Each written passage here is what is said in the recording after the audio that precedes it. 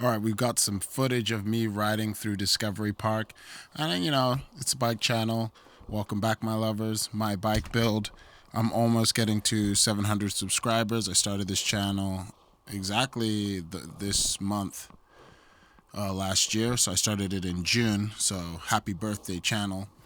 And it's been growing, which is really, really awesome. I started out just talking about my experience on bikes, the things I go through. I make a lot of content on, why I choose to ride gravel bikes and why I think that's the best option and some of my preferences as far as cycling.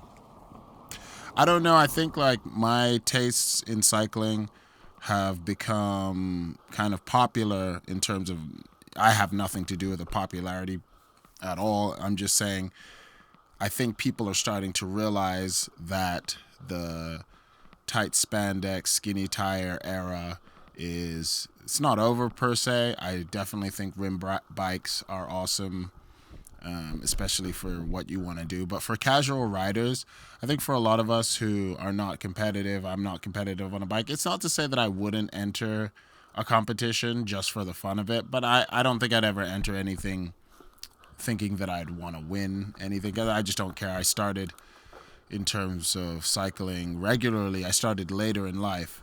And when I say cycling, I really mean like consistently being able to go over 10 miles somewhere and it being no big deal to you. Today, I went to a part of town for Pride Festival. Happy Pride, everybody who celebrates that. It's June out here. The weather in the Pacific Northwest is amazing. And, I wanted to talk a little bit about why I came to gravel bikes as opposed to other styles of bikes. And I have tried a few. I mean, back in the day, I think, BMX was popular when I was a kid. Single speed bikes were the thing I rode. So I didn't really know a ton about gears when I started riding. But over time, I had friends that were into cycling, and they helped me put together a bike. And then I can't understate or overstate how much finding bikes that fit me has really changed cycling for me. And so that was one of the first entries into a larger world, was actually just saying, hey, a bike is actually supposed to fit you well if you are going to be riding it for a extended period of time or to go on longer journeys. So that really changed cycling for me. And then it's also like finding the right bike for you. And it's interesting because I wouldn't consider myself particular. I mean, I'm tall for like the average person. Like I'm around 6'2", but I'm not like exceedingly tall in that it took me a while to realize that I needed the really large size of bike frames. This Poseidon X that you see me riding in this video is a XL, and the Poseidon Triton is a double XL.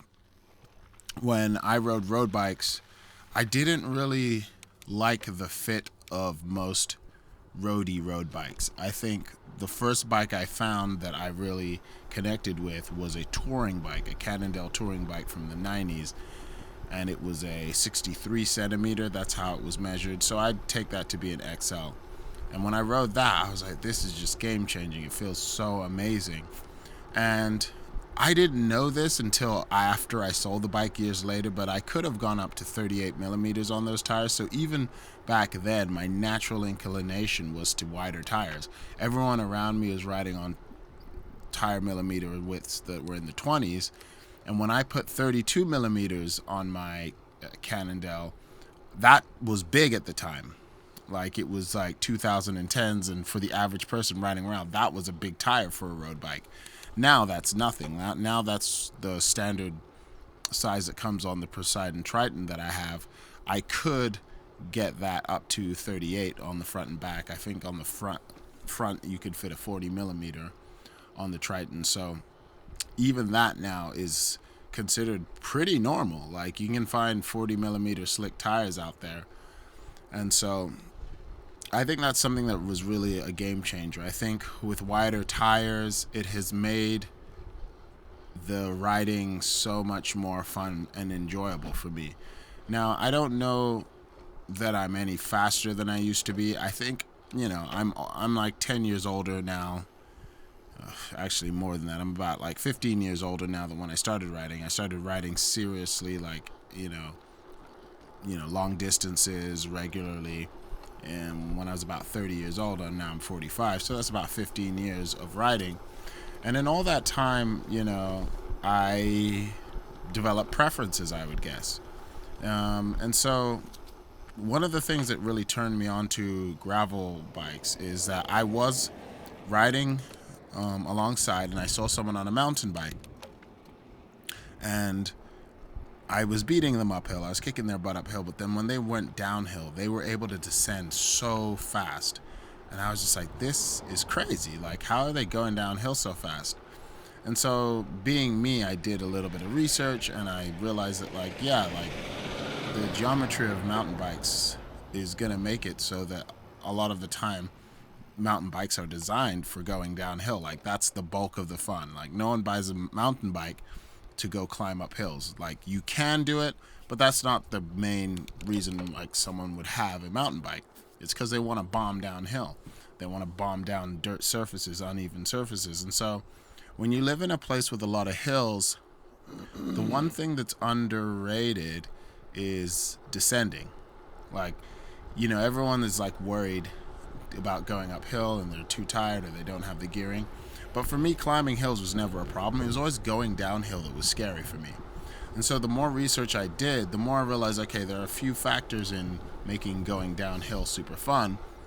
And one of them is the geometry of your bike. How stable does it feel? Or how the shape of that bike frame affects how twitchy it is, or how stable it feels, the chain stays, the head tube angle. All of those things factor in to giving you a different type of ride. And so, I'm not going to ride a mountain bike daily. It's just not something I want to do. And I feel like one of the main reasons is they're a little bit heavier. There's a lot of hills where I live, and I don't want to do maintenance on a fork. That's just another piece of equipment that just, in a different time in my life, if I get to a place where I can ride around more in wildernessy areas, I think I would be very interested in a hardtail. But because I'm riding around the city, I like rigid forks. And I'm a real big fan of 90s bikes. Like, at the end of the day, I love bikes from the 90s.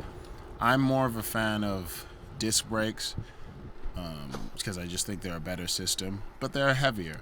So I love 90s mountain bikes, rigid fork, like M-class Cannondale bikes with a rigid fork and the small tire and the small wheel sets.